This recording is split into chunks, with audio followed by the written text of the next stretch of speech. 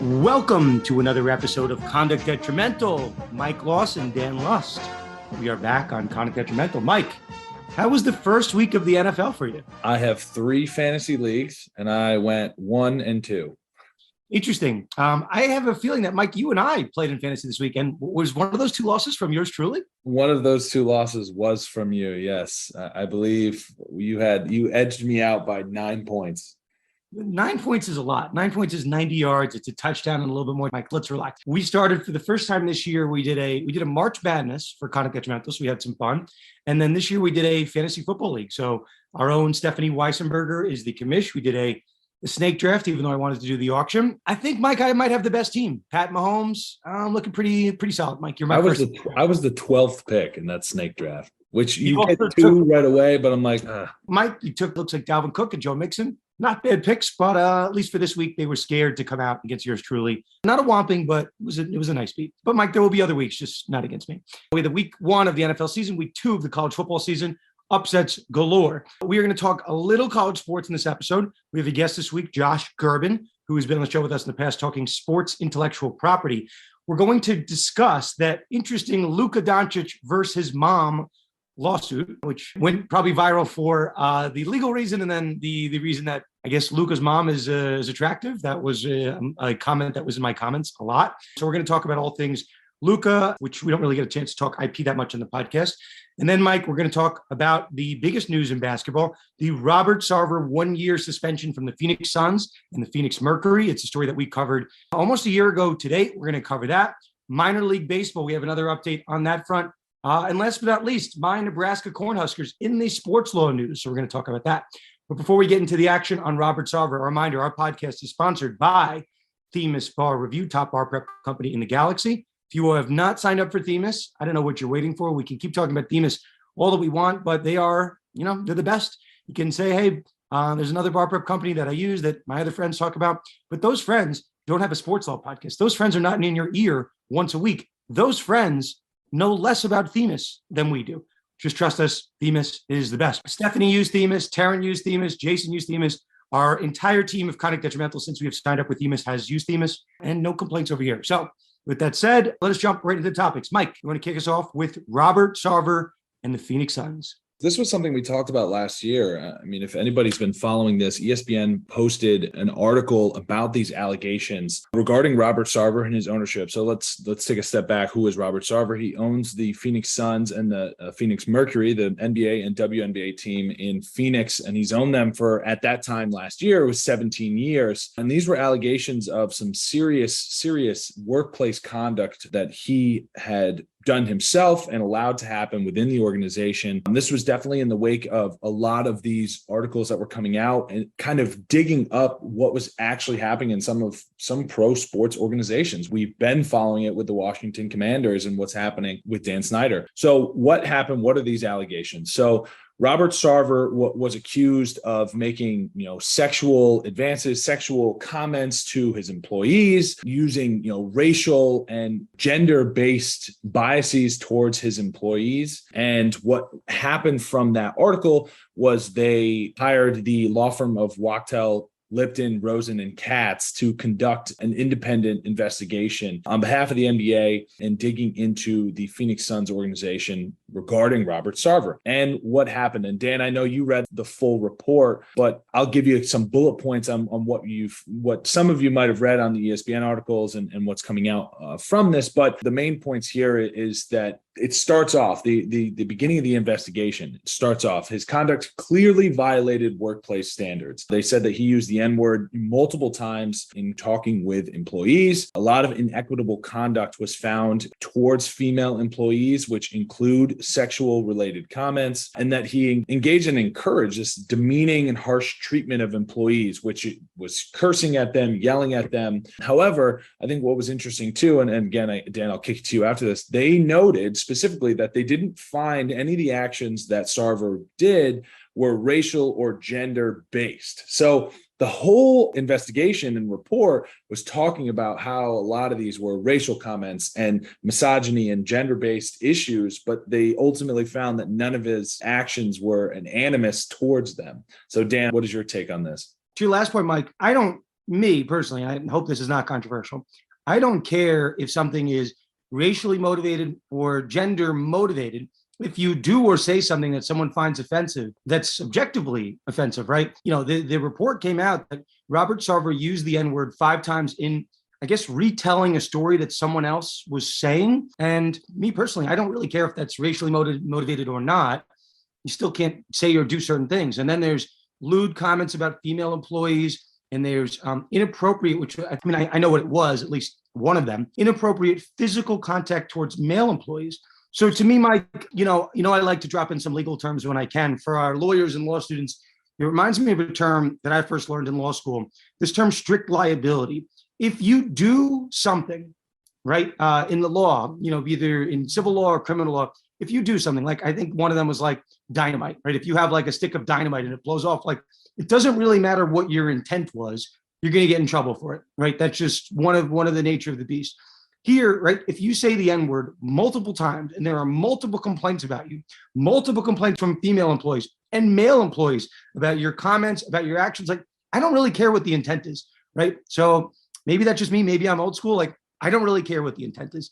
Now, there was an incident which maybe sounds like something that would happen at a fraternity, but like there's a story of someone, Robert Sarver, the owner of a team, multi-billionaire, pantsing somebody, like pantsing a male employee in front of like other staff. So that's not conduct that's becoming of an owner. Maybe it's, I don't know, not nearly to the same level as saying the N-word or something like that, but like just conduct that's unbecoming of an owner.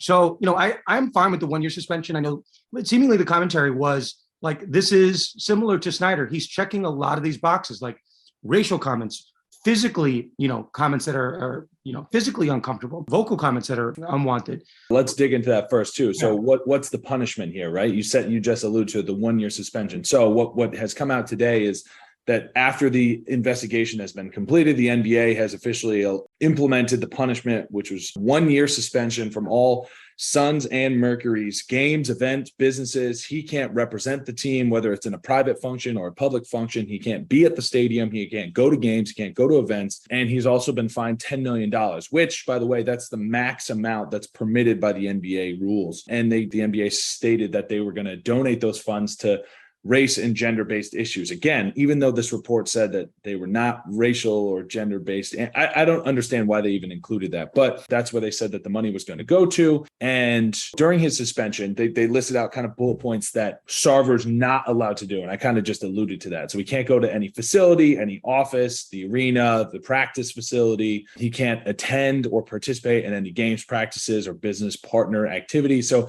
he's been removed as, effectively from that ownership role. And we see, and you just alluded to that too, that's exactly what we saw with Dan Snyder, where his wife kind of took over the business of the team, and he can't have any involvement in the operations of either of those teams. So Dan, I know a big part of this as well from this investigation was it wasn't just his conduct, but it was actually the conduct of the entire organization in allowing this to happen. And that directly stems from HR. And the investigation alludes to the HR actions. There's a line in the report, and the actual ESPN article from a year ago says more, but here's a line from the NBA's report. The investigation also concluded that the Suns' human resources function was historically ineffective and not a trusted resource for employees who were subjected to acts of workplace misconduct. So, that's an interesting line, and you really kind of have to unpack what that is. And you read down further in the report, it required the Suns and the Mercury to set up an anonymous tip hotline in some way, shape, or form. Then I remembered reading this, way back when, and if people can find our podcast in the archives, Mike, at the end of the day, what was happening is people were putting their notice in, and they would do their exit interviews. And this is according to the report by Baxter Holmes over at ESPN. I reached out to him to try to get him on the pod. We'll see if he can come on, or he might just be too swamped with him and Woj doing the media tour now. But, it essentially said people would put their notice in and complain about all these different forms of misconduct, and that these employees would basically be given NDAs, could be given settlement money, and no one would solve the problem. They would just be basically paid to go away. So HR didn't do anything other than, in a sense, Mike, similar to our Deshaun Watson conversation once upon a time, like the Texans didn't solve the problem. They just gave Deshaun Watson an NDA and made the problem go away in some way, shape, or form. And that's not solving it. That's, putting skeletons in the closet and burying them until they explode. I saw a former Suns employee speak out, actually, this past week, just timing was coincidental, that the NBA essentially should be ashamed that they haven't done anything with the Suns. And the tweet picked up a lot of traction, and obviously this report had been being worked on for a while. So Wachtell is the law firm on the case.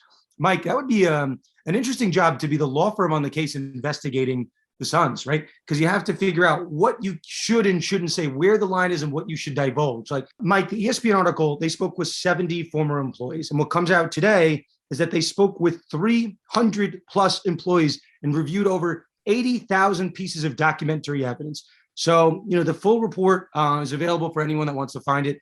It's 40 plus pages, and the NBA didn't hold back. So we can spend a lot of time on this podcast talking about how the NFL is protecting Dan Snyder. But again, when it comes to the NBA, Adam Silver has a pretty good track record. When he sees something wrong, he steps up. So we can talk a lot of smack on this podcast about Manfred, about Goodell, but at the end of the day, Silver seems to be the guy that is not afraid to step up here. It's not just current employees, but former employees. They really went into the background of it. And if you read, now we get to, what is fair and just, right? Is 1 year enough for the actions that they found? This spanned over his 17-year ownership of the team. And these are former employees that go back probably from the beginning of that 17 years. So if they've now established a pattern like this, is 1 year enough? They gave him the maximum fine, but he's a billionaire. So $10 million to him is very nominal. So 1 year, there's a lot of people speaking out, former employees and people who ran. I think ESPN said that the ESPN analysts who ran the last article say that that's not enough, that it's really not enough for the acts that he did. But ultimately, I guess if you're an employee there or it's a former employee, it's enough where he's not going to be there for the next year. So you don't have to deal with what he's been doing to you and to the employees and encouraging that for the next year. And hopefully the Suns actually take the steps that they say they're going to take, because they are now, improving their HR. And they say that moving forward, that they want to really improve their inclusivity and encourage this open conversation, open door policy. The only thing I want to add, and then we can move on. Dan Snyder similarly was fined $10 million for the NFL. The only difference is no written report there. We have no idea what Dan Snyder was fined for, and we have a good indication of what Robert Sarver was fined for. So the NFL can release the report whenever they want, but the NBA is certainly zigging where the NFL is zagging. Okay, Mike, let's do this here. We have piecemeal updates on the Major League Baseball front. Taryn on the last episode, he asked me candidly, do I think that Major League Baseball is going to accept the minor league baseball's advances to, voluntarily accept their advances to become their own union? And I said, I'm not sure. Stranger things have happened. Major League Baseball fought the payment to minor leaguers for years and years and years, but in 2022. So maybe Manfred wants to avoid a PR mishap and just accept it. So I didn't really have a strong stance one way or the other. And then we have an update. Maybe to the surprise of some, Major League Baseball is going to voluntarily accept these unionization efforts. So, Mike, what is the latest on the minor league front? This is something that we've been following. We've had so many guests on. We've had Evan Drellick come on from The Athletic, who, if you haven't read his article about the updates to the MILB and the unionization and MLBPA, I would highly suggest going over to The Athletic and reading some of his articles. We've had Jim Quinn to talk about his lawsuit regarding the antitrust violation. It regards the antitrust exemption and the 40 minor league baseball teams that were cut last year and trying to get this carve out for these minor league baseball players. So we've been covering and circling this. So this is big news.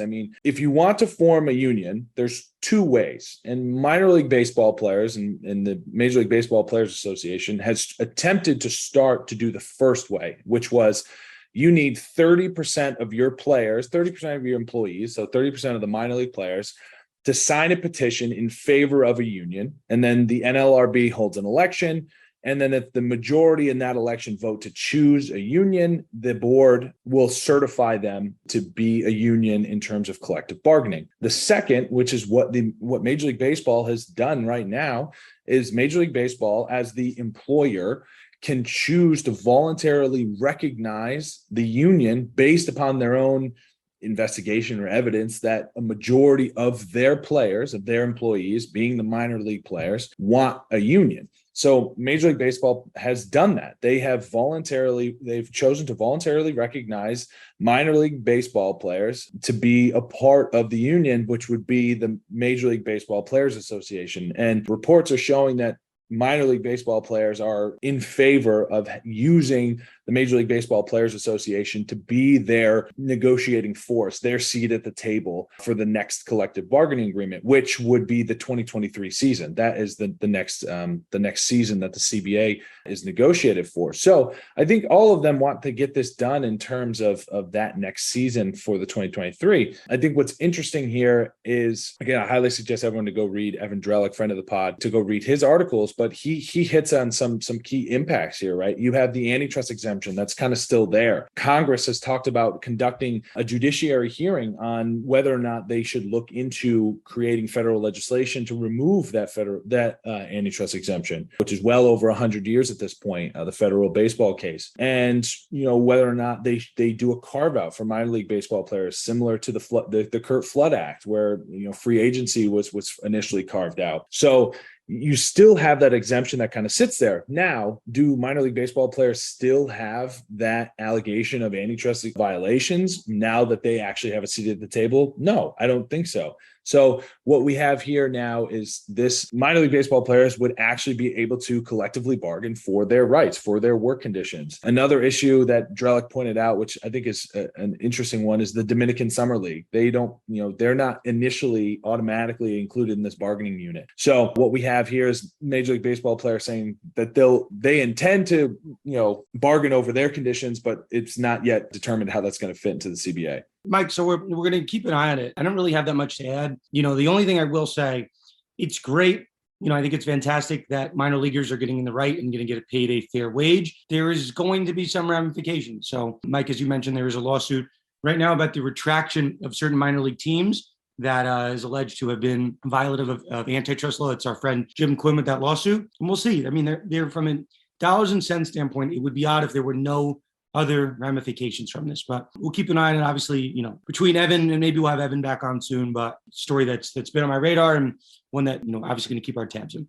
Okay. Last one before we move over to the Luka lawsuit. Mike, I have an announcement. You ready for this? I'm ready. New sponsor of the podcast. Who is it? Sponsor is one of our friends in the great state of Nebraska, the law firm of Orr, Horgan, and Flengy. A friend of mine, Tom Horgan, has been a longtime listener of the podcast. Big fan of all things Nebraska. Reached out to me one day and said, "Hey, you guys have a lot of Nebraska audience?" I'm like, "We do." And he's like, "Well, we just opened up a law firm in the great state of Nebraska. Would it be okay if maybe we did some sponsorship and partnership?" And I'm like, "Tom, that would be a great idea because I love the great state of Nebraska. And you guys are helping athletes in the NIL space. Tom is an athlete agent, same with his partner, Connor Orr." And I'm like, "Would you want me guys to plug your law firm?" And he's like, "Yeah, is that okay?" And I'm like, "Of course it's okay. We make the rules here." So this segment, we're going to do it for a couple months. So the law firm, again, is Orr, Horgan, and Flengy. Yeah, we're going to be sponsoring a college sports segment. It could be NIL, could be conference realignment. It could be some coach buyout issues. So, Mike, that takes us to our first story of this week. You ready for this? I'm ready. Where does this story take us? Coincidentally, and I did not plan this, to the great state of Nebraska. So for those that are listening and they're like, "Why is Dan obsessed with the state of Nebraska?" It's a very, very long story. We dedicated a lot of airtime, a lot of tweets to the lawsuit between Nebraska and the Big Ten, or I want to say Nebraska players in the Big Ten. And we were like the only media outlet that was covering this lawsuit, which was a very important lawsuit, which I do believe saved the Big Ten football season, which then led to saving the Pac-12 season. I personally believe that, but story for another day. And Nebraska was really into our coverage of the case. So picked up a lot of followers in Nebraska. And then, as normal things happen, I was converted to Nebraska fandom on Twitter. It happens all the time. But, I've become kind of a Nebraska fan in all of this. Nebraska, not a good start to the college football season. Very high hopes. They've opened every game this season. I know this because I bet on every game as at least a -13 favorite. So it's a 2-touchdown favorite. Mike, despite being a heavy favorite in all of his games, they lost to Northwestern in Dublin, Ireland, the home opener, week 0. Everyone watched it. Barstool, everyone had their jokes at Nebraska's expense. The next week, okay, they play a get-right game. It's Scott Frost, right? The head coach of the team, and we'll get into Frost in a minute. They are a 28-point favorite to North Dakota, barely survived North Dakota. And the next week, okay, 23-point favorite to Georgia Southern, Got to win this one, right? No, they lose to Georgia Southern. So Scott Frost has been with the team. He was the former player. He played with the team during the glory years way back when. He's been with the team for 5 years. Nebraska paid a total contribution, we're going to get into it, of $40 million to get Scott Frost services. He has been a disaster of a head coach. 40 million. Nebraska has shelled out. What's his record in that 5 years? You tell me, Mike, because I feel like you have it ready to go. I don't have it. I just know it's been terrible. 16-31. So this is not a Nebraska segment. It is, and it is, and it isn't. Here's where the sports law part comes in. And Mike, then I'll give it to you as the non-biased person here. So this is year 5. He was signed in 2017. 2022 was supposed to be the turnaround year. There was a lot of talk he was going to get fired last year. He redid his contract, and he said this is going to be the year. He opens up putrid, right? 1-2 should really be 3-0. Okay. And they're playing poorly. It's not like they're playing that well. Mike, under his contract, if he had remained on staff until October 1st, his buyout would be a whopping $7.5 million. Why am I mentioning that? Because they didn't wait till October 1st. They fired him this past week in the month of September. They will pay him $15 million. They basically had to shout an additional $7.5 million because they wanted to get rid of him this week instead of waiting another 3 weeks. I can't make sense of that. Mike, I'll let you give your guesses. I can't make sense of that. The only reason I can think of why they fired him before October 1st is maybe they fired him with cause. I don't know if that's actually been established yet of the reason for his termination, besides obviously the obvious part is that they've lost 2 games that they should have won. But, if he's fired without cause, then before October 1st, which he was, then this old buyout is what we're talking about. So that's the $15 million. But if he was fired for cause, then who knows what the buyout would actually be. It's a good clarifying point here. Yeah, these coaching buyouts, this is a pretty lucrative profession. Friend of the show, Tom Mars, who coincidentally came on with us during the Nebraska saga once upon a time. He makes his bread, as they say, in this college coach buyout space. It's a very lucrative space. There's a lot of schools paying coaches that aren't with the team anymore. So you can talk about Brett Bielema over at Arkansas. There's a number of these famous sports lawsuits, that are in our vernacular, coaches getting bought out. So read the fine print of these contracts. So when there's a very big deal that's signed, just know that some very complex buyout stuff at the back end. So I just did my class on Monday, was solely dedicated to the NIL era. And I had AT, who from Villanova, Arun Thatakara. I used to call him Arun Thatakara, but Thatakara. He is now at Excel Sports Management. He is the NIL legal coordinator.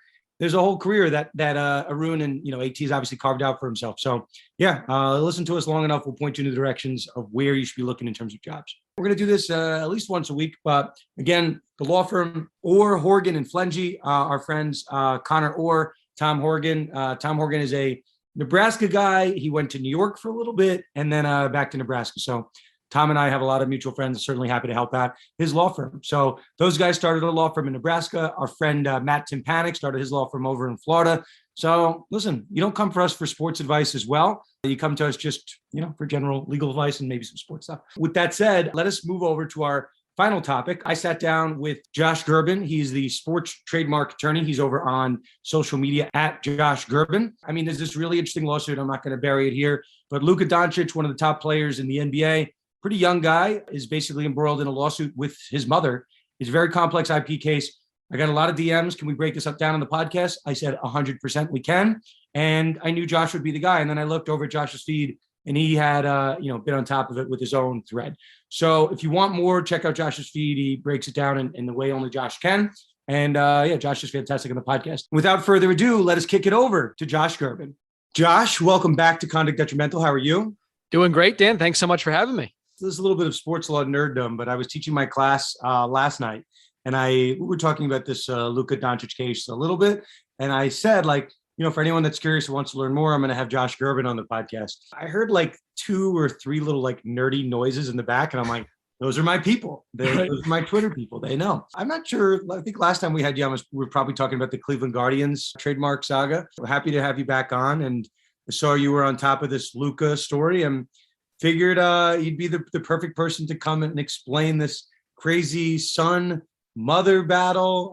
So I don't know. Where do you want to take us? Yeah, I mean, this is a first. I mean, it's a first for me to ever see a son try to cancel a trademark registration owned by his mom. And that's, I think, the headline here is that Luka Dončić mom, she has like a dozen trademarks registered around his name and likeness in the European Union and here in the United States. And what it appears to have happened is that Luka filed his own trademark for his name last year, and that application got refused because of one of these registrations that his mom owned. And what would normally happen in that situation is that Luka and his mom will get together and figure out, okay, well, we need to have, my company own the trademarks now and not you, my mom personally. And they'd figure that all out. And you can, file what's called a trademark assignment, transfer the ownership, get everything squared away. Well, that appears not to have happened because Luka goes and files a petition for cancellation, which in the trademark world is basically a way to cancel an existing registration on some grounds that you may have. So he files this petition for cancellation against his mom's registration on his name. And that's just wildly surprising because it would indicate that they weren't able to work something out between the two of them. Okay, so let's pause here for a second. This was I don't know, we're getting in the weeds of Lukaisms, and I think we should start first. Josh, I saw your story on this. There was different postings that had the story what featured pictures of Luka's mom next to her, and I'm like, Luka's mom looks very young. I did some research, some homework here in the legal podcast. Luka's mom is 48. Luka is 23. So I think that's part of it. We're trying to figure out where there's the falling out and some additional research. I can't find any stories of them having a falling out with one another other than this story. In addition to that, I think maybe the baseline level that people had questions, Luka Dončić 7. I'm like, okay, I see that Luka's Twitter handle is Luka 7 Dončić. The trademark that is owned by his mom is for Luka Dončić 7. So I know Luka, maybe back in the day, I knew what jersey numbers everybody had. Luka, for people that don't know, wears the number 77. So, we can start here. Is there a reason, as far as you know, Josh, that the trademark initially is filed for Luka Dončić 7, right? That's the initial trademark owned by mom. The initial trademark owned by mom is not Luka Dončić, close quote. It's not Luka Dončić 77. It's Luka Dončić 7. So I don't know, is there, I can explain why, the number 7 is trademarked, but why is the number Luka Dončić 7 holding up the trademark for Luka Dončić, right? Or Luka Dončić 77? Why is it holding that up? Oh, sure. Great question. So basically, when the USPTO examines any new application, they are comparing it against anything that already exists. And the question that the examiner will answer is whether or not a consumer might be confused between who owns the different trademarks, right? So if the only difference between these trademarks is the number 7, they're going to be considered substantially similar in the eyes of any examiner, and that's what will draw the refusal. See, and then we can get into the weeds here because I was trying to do some research, figure out why the number 7, like why 77. It looks like Luka growing up, his favorite number was 7. And then he tried to play, or, he's obviously played on the Slovenian national team. There was a player that had the number 7. So Luka, I guess, loved 7 so much, he jumped over to the number 77. And then when he was drafted by the Mavericks, they had a player at the time that was playing under the number 7. So again, he switched to 77. But when Luka, his last pro team he played for before he went to the NBA was Real Madrid, he played under the number 7. So Luka seemingly has always had the jersey number that's 7 or 77. The question that I'm having trouble getting to, right? Obviously, the trademark in dispute that is owned by mom is Luka Dončić 7. And Luka wants to trademark Luka Dončić, wants to trademark his own name.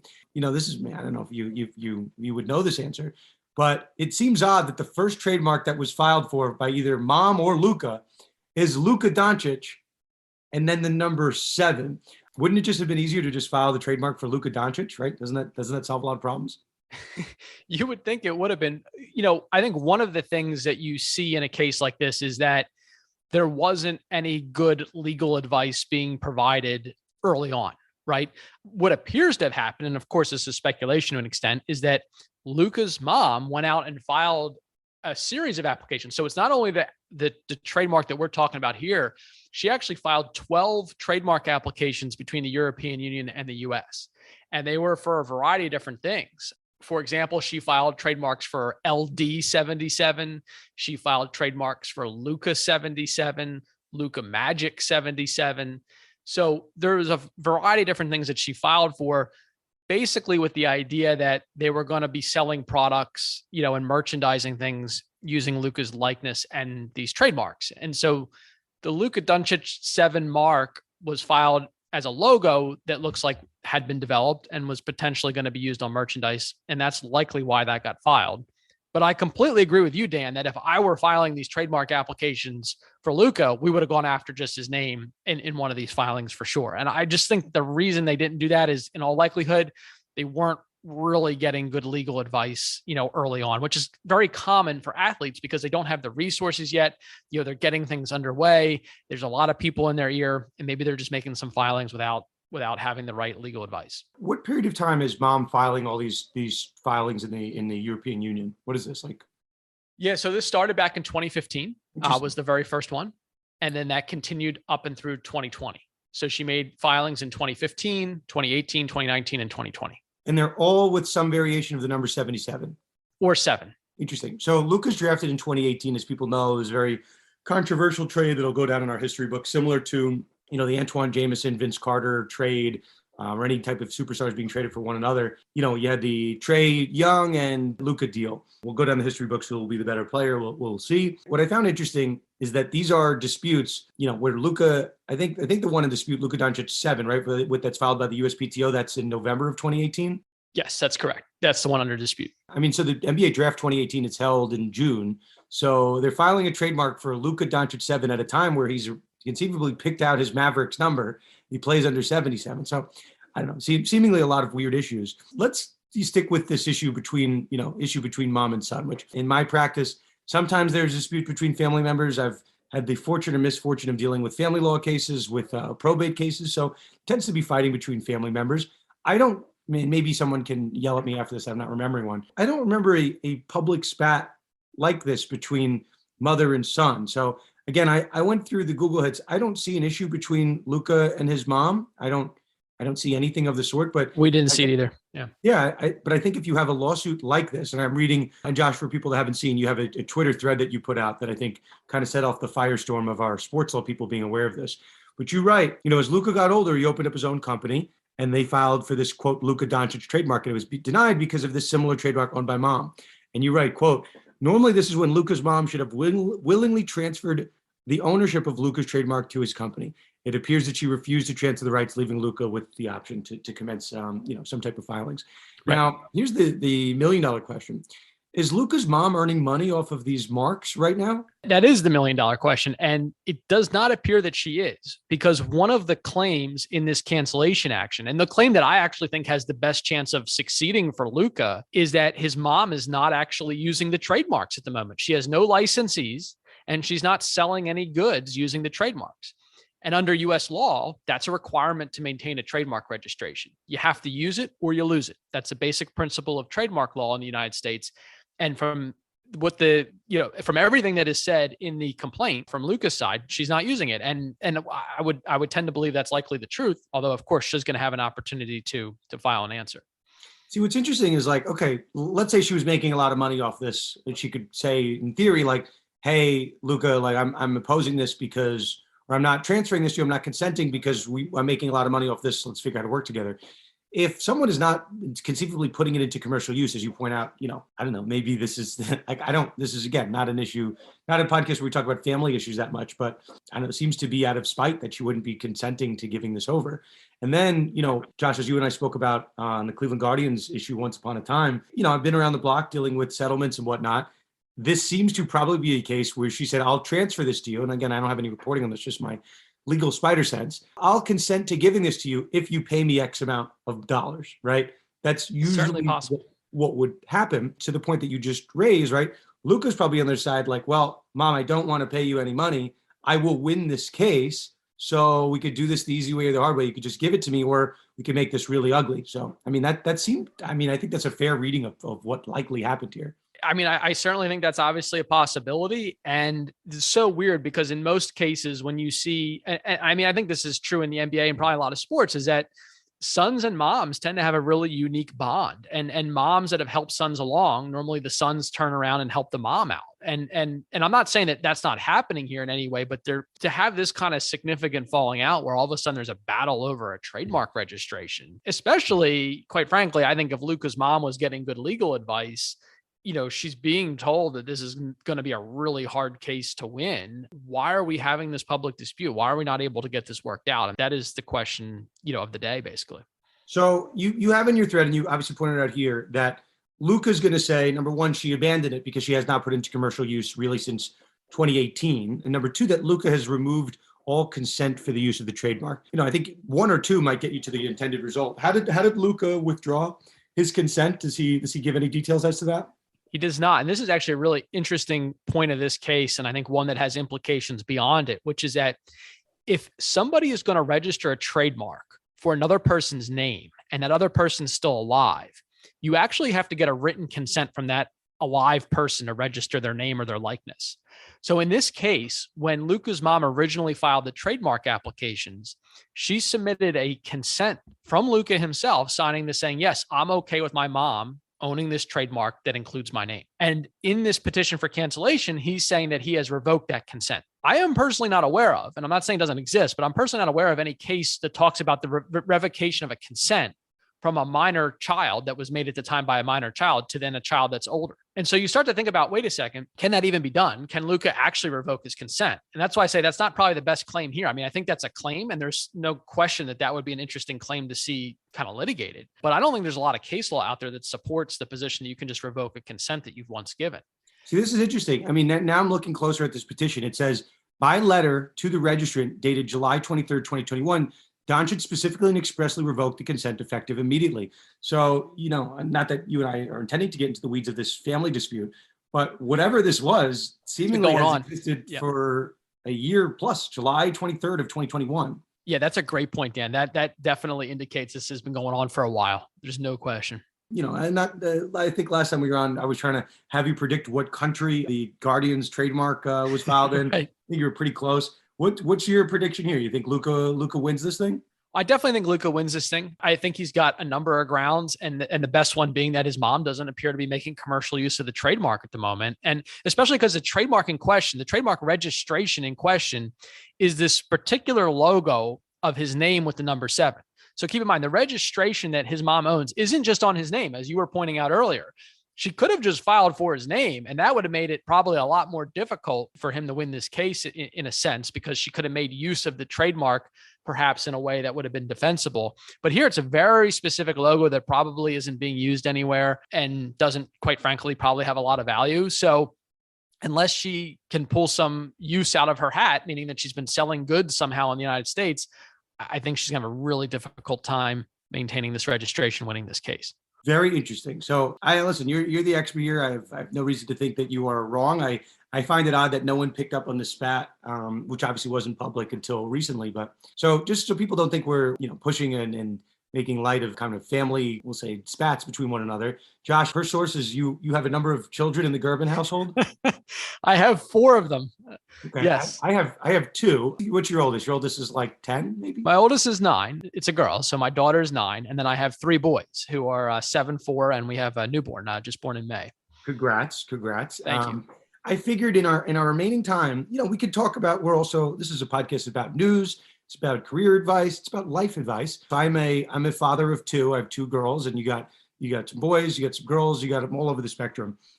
I'll lead with this, right? Sometimes, when my kids are 3 and 1, so certainly I'm not going to have any disputes at the USPTO's office, at least at this stage. I have a good story for you, Josh. You ready for this? I'm ready.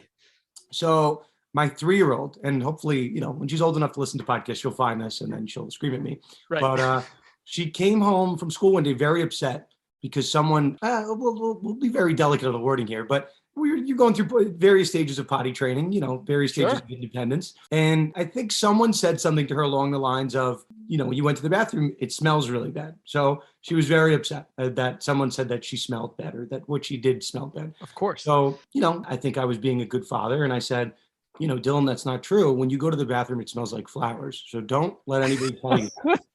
So I was very clear that it smells like flowers. And I didn't tell mom that. I didn't tell anybody that. I just said it in passing. Don't let anybody tell you that it smells bad. It smells like flowers.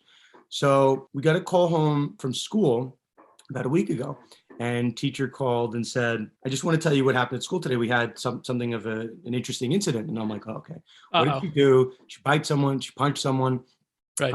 And the teacher starts laughing and she said, whoever taught her, when now Dylan goes to the bathroom, she leaves the bathroom and says, I made it smell like flowers. So I think it's parenting 101. I think I mean, you have to be really careful about what your kids pick up. And I mean, for better or for worse, I have boys, my daughter, is 9 and I think I've done a pretty good job so far with her. The boys, they're a lot more rambunctious, you find, right? And so the 7 and the 4-year-old, we'll be throwing footballs around, be outside playing and everything else. And they'll say to me, Dad, I got to go to the bathroom. And my response is, well, there's a tree right over there. And when I first started this, they were like, you can't do that. I'm like, you could totally do that. And so, I had them, basically peeing in the yard. And then my wife took them out one day and they started to do that. And she was like, what on earth are you doing? You can't, so she was really mad at me for teaching them this. The trouble is, like you said, is that they'll be like at a friend's house. And then all of a sudden they'll just, drop trowel and they got to go to the bathroom and they think that that's normal. And so I had to basically walk that back with them a lot and say, hey, look, we can do this at home. Like you just can't do this in public or when you're at a friend's house. And I still, with my 4-year-old, he still doesn't quite get that. So we'll be somewhere where he's on grass and he got to go. If he has to go to the bathroom, it just starts happening. You don't even know it. You turn around and there he is going.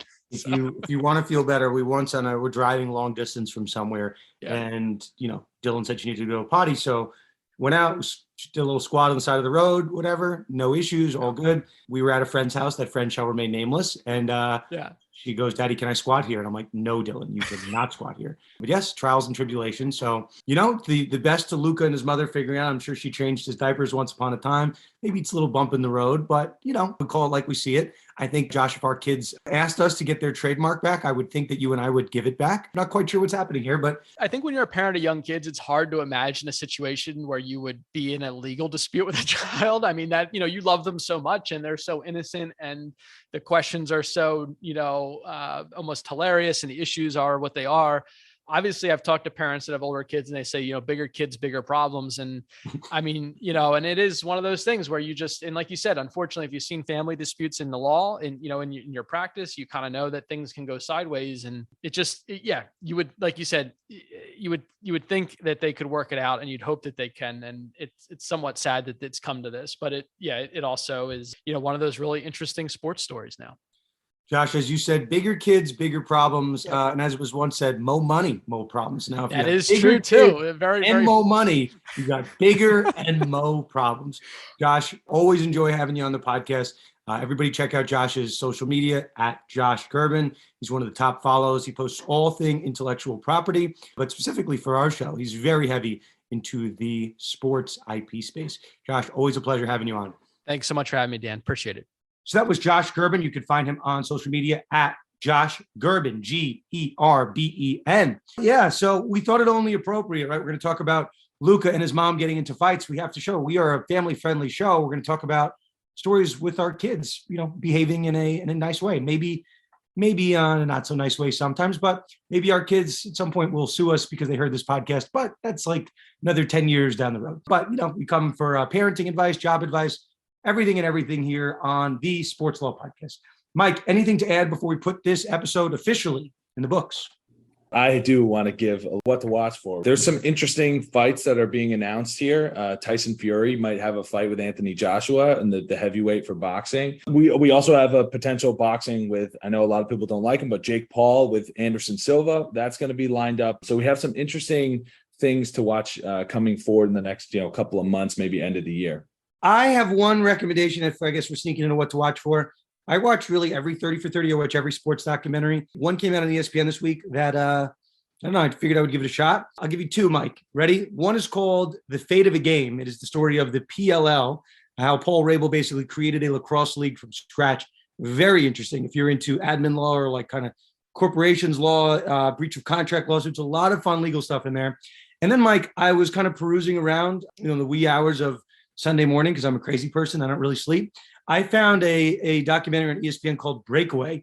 It's the story of Maya Moore. It's kind of like Maya Moore is a famous WNBA player. She retired very early on. She's won, Olympic championships. She has won WNBA championships. She retired again, kind of, in the middle of her prime.